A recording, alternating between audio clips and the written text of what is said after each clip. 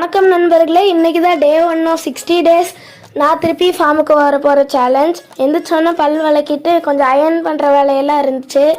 Iron பண்ணி முடிச்சதுக்கப்புறம் நம்ம பாடிக்கு ஹைட்ரேஷன் போடலான்ட்டு கொஞ்சம் தண்ணி குடிச்சிக்கிட்டோம். அதுக்கப்புறம் நம்ம மீன் நண்பர்களுக்கெல்லாம் ஃபுட்டு போட போயிட்டோம்.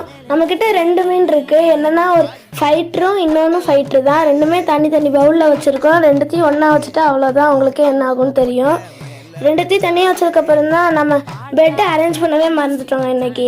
அதனால உடனே போய் நம்ம பெட் அரேஞ்ச்மெண்ட் வேலையெல்லாம் பண்ணிட்டோம்.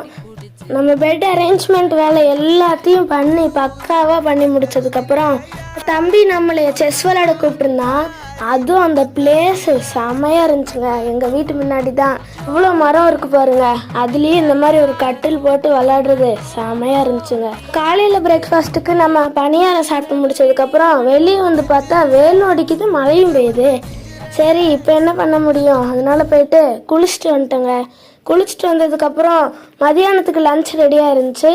சாம்பார் சாதம் தான். சாம்பார் சாதத்தை சாப்பிட்டு முடிச்சதுக்கப்புறம் கொஞ்ச நேரம் புக்ஸ் படிக்கலான்ட்டு இருந்தேன். இந்த புக்கு வந்து நம்ம ஸ்கூல் நண்பர்கிட்ட இருந்து கிடச்சிருக்கு. இது வந்து April 1க்குள்ளே நம்ம பத்திரமா ஒப்படைச்சிடணும். April 1 தான் எண்ட் டேட் இந்த புக்குக்கு. அதுக்குள்ளேயே படித்து முடிச்சிருவேன். அப்புறம் ஒரு வழியாக மழையும் வேலும் நின்றுச்சுங்க.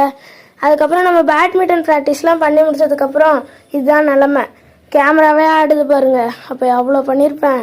வீடியோவாக தான் காமிக்க முடியல. அடுத்த வீடியோவில் நான் கண்டிப்பாக காமிக்கிறேன். ஓகே நண்பர்களே, பாய். டே 2 பார்ப்போம்.